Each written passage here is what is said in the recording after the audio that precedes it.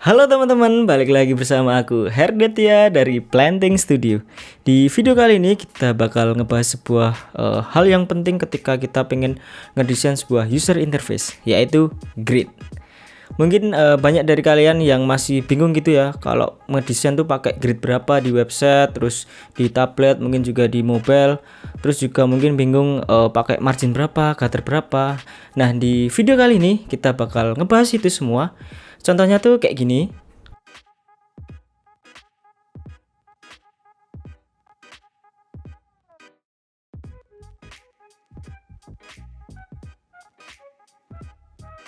Nah, sebelum dimulai, jangan lupa buat klik tombol subscribe biar kalian tetap dapetin info-info tentang desain dari aku. So, langsung aja kita mulai. Let's go. Oke teman-teman, langsung aja kita mulai ya. Jadi untuk langkah pertama, kita buat dulu frame-nya atau artboard-nya. Bisa tekan A atau F, sama aja. Yang pertama kita mau bikin grid untuk desktop dulu ya, atau ini buat website kayak gitu. Kita pilih yang desktop nih. Nah, untuk ngebikin sebuah gridnya atau guidelines-nya untuk website ini biasanya aku pakai 12 kolom ya, karena 12 ini enak aja dibagi, masih bisa dibagi 6, dibagi 4 juga bisa, bagi 3 juga bisa, dibagi 2 jadi bisa. Jadi untuk kolomnya itu nanti bisa banyak gitu ya, untuk penaruhan konten juga lumayan enak. Terus kita klik di sebelah kanan ini ada layout grid, kita ganti dulu di sini ya, kita klik, kita ganti columns, kita isikan 12. Nah, aku biasanya ada dua tipe ya, untuk project eksplorasi atau project yang beneran gitu. Jadi kalau untuk yang eksplorasi aku pakai ininya center, terus widthnya 70 dan gutternya 30. Nah, nanti jadinya kayak gini. Ini kan nggak responsif ya, jadi dia cuman fix di tengah. Jadi ini aku pakai cuman untuk sekedar eksplorasi website, untuk shoot di dribble dan ya main-main aja gitu. Nah, untuk kalau yang project real, kita bikin dulu artboardnya atau frame-nya. Kita bikin layout gridnya. Ini tetap 12. Terus ini tipenya aku pakai stretch biar ini responsif di beberapa breakpoint atau size-nya nanti ya, karena kan kalau desktop kan ada banyak ya, ada 1440, terus mungkin ada 1280, terus 1960 dan atasnya lagi gitu. Ini aku pakai stretch, marginnya ini 70 biar kanan kirinya itu agak lega dan gutternya tetap 20. Nah, ini grid untuk horizontalnya. Jadi semisal kita punya hero banner mungkin kayak gini kan, biasanya di tengah, terus juga ada section-sectionnya mungkin 3, kita copy. Jadi kalau grid 12 ini bisa dibagi beberapa ya, jadi bagi 4 ya masih jadi 3 kayak gini, dibagi 3 juga nanti 4 grid kayak gini, dibagi 6 juga masih setengah-setengah kayak gini, 6. Jadi enaknya pakai grid 12 kayak gitu ya. Nah, gimana kita maintain konsisten untuk setiap jaraknya elemen gitu ya. Kalau horizontalnya kan ini udah diatur sama grid yang horizontal ini ya, yang 12 grid ini ya. Jadi ini bakalan sama semua 20 kayak gitu. Nah, gimana caranya kita nge-maintain yang vertikal ini, karena ini kan ngawur ya jaraknya ya, nggak bisa sama semua ya. Terus untuk lebarnya setiap elemen ini kan nanti juga nggak pasti ya, ada yang pakai ganjil kayak gini kan, nanti bakal nyusahin developernya gitu ya. Nah, caranya itu kita delete dulu ini, kita klik frame-nya, kita tambah di sini di layout grid, kita pilih yang rows. Ini counts-nya kita 1000 kayak gini. Jadi semisal kalian punya website yang mungkin agak panjang atau kontennya banyak, kalian bisa tambahin ya mungkin 2000 atau 3000 kayak gitu. Terus tipenya ini top. Terus height-nya ini 8. Jadi nanti kita bakal menggunakan kelipatan 8 ya. Dan cutternya ini 0.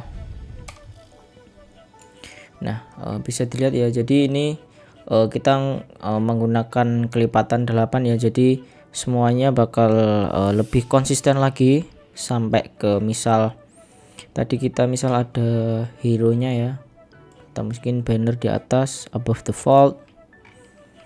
Nah ini udah auto snapping ya, jadi gridnya. Jadi ini bakal kelipatan 8 semua nih, 648. Mungkin kita besarkan, ini juga udah auto snapping ke gridnya itu sendiri.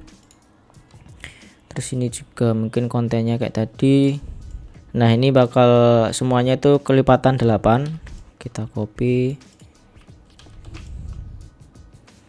Jadi untuk vertikal gridnya pun kita juga tetap konsisten kayak gini.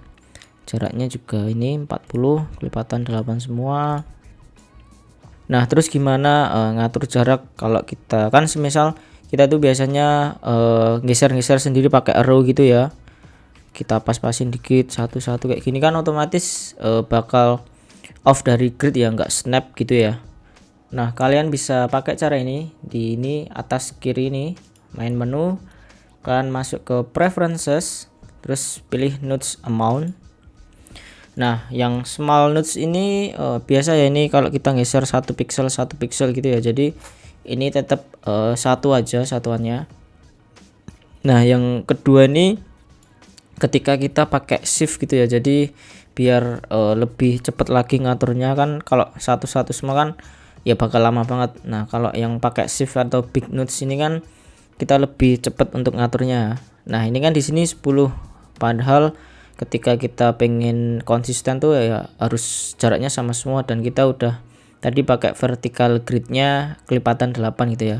Jadi yang big nodes ini kita pilih 8, atau mungkin kalau mungkin agak kurang lebar gitu pakai yang 4, atau bisa yang pakai 16 ini ya. Jadi ini nanti jaraknya agak lebar-lebar kayak gitu ya, lebih lega lagi, lebih punya space lagi. Tapi biasanya aku pakai yang 8 ini. Jadi ketika kita atur sendiri jaraknya pakai shift row gitu ya, misal kita geser ke atas, nah ini otomatis dia juga snapping ke grid yang udah kita buat tadi ya, dan nggak bakalan off the grid gitu. Jadi semuanya masih rapi gitu, dan ukurannya pun juga masih tertata gitu.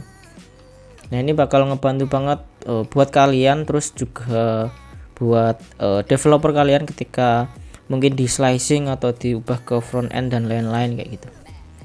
Nah kalau kalian nggak pengen kelihatan gridnya ini kan, ini juga cukup mengganggu ya kalau ketika kalian mungkin udah kontennya udah ditaruh semua gitu kan, kadang agak mengganggu gitu ya. Kalian bisa hidden atau hide si grid ini pakai shortcut di sini ya, atau pakai yang di panel sebelah kanan nih, di close aja kayak gini. Nah ini otomatis bakal ke hidden ya satu-satu ini, atau pakai Ctrl Shift 4 tuh juga bisa di Windows, atau mungkin Command G kalau di Mac kayak gitu.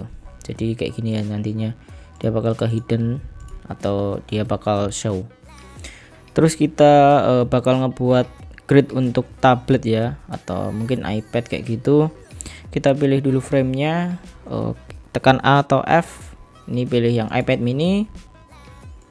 Mungkin gridnya kita bisa copy dari yang website ini, kita klik frame desktop ini, kita pilih ya yang di layout grid kan ini ada kayak button kecil nih, kita klik sambil tekan tombol kontrol, terus sekarang shift biar milih dua-duanya, kita copy aja Ctrl C, kita pilih yang iPad mini, kita Ctrl V.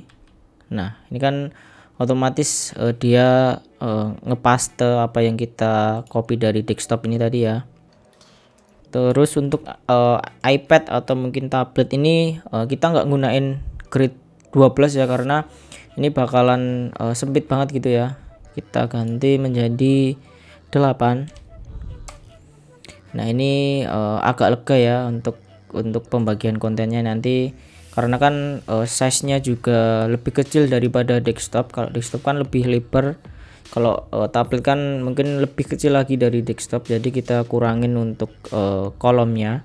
Nah untuk properties lainnya tetap sama, marginnya juga 70, terus gutter 20, dan ini juga stretch biar responsif juga kayak gini. Terus selanjutnya kita bikin untuk yang mobile, kita pilih artboardnya dulu atau framenya, pakai yang Android nih 360. Kita sesuaikan dulu, kita copy lagi gridnya dari yang iPad, kita pilih pakai tekan tombol kontrol terus shift biar milih dua-duanya, lalu kita copy, Ctrl C, kita paste aja. Nah untuk mobile ini kita nggak pakai 8 kolom ya, karena ukuran layarnya juga semakin kecil. Kita pakai 4 aja untuk yang mobile.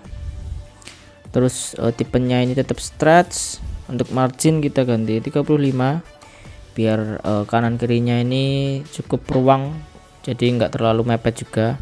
Untuk gutter tetap nih. Nah jadinya kayak gini ya. Jadi untuk setiap grid ini kita punya horizontal dan vertikal, jadi sama ya. Ini kelipatan yang vertikal ini juga kelipatan 8, jadi lebih konsisten lagi untuk penggunaan, apalagi di mobile kan untuk screen yang kecil nih kita harus pinter-pinter ngatur spacing ya, atau jarak antar konten biar nggak terlalu numpuk ataupun kayak asal ditaruh aja gitu. Jadi khusus di mobile ini kita butuh konsisten yang lebih diperhatikan gitu. Nah gridnya ini sendiri juga responsif ya, jadi ketika kalian mungkin developer kalian minta untuk size frame atau yang artboard yang berbeda, nah ini udah otomatis nanti responsif. Ini juga bakal ngebantu banget buat kalian untuk misal ngerjain project real. Nah nanti developer kalian juga bakal kebantu banget dengan penggunaan grid ini, jadi lebih konsisten dalam developingnya, jadi nggak asal-asalan juga. Jadi mereka tahu oh ini berapa jaraknya antar elemen dan lain-lain gitu. Jadi mungkin itu aja video kali ini, semoga membantu kalian. Oke teman-teman, itu tadi tutorialnya. Makasih banget udah nonton sampai akhir, dan jangan lupa buat langsung dipraktekin ya, takutnya nanti keburu lupa. Dan kalian bisa follow Instagramku di @hedit ya. Dan jangan lupa buat like, comment, share, dan subscribe biar kalian tetap dapat info tentang desain dari aku. So, thank you.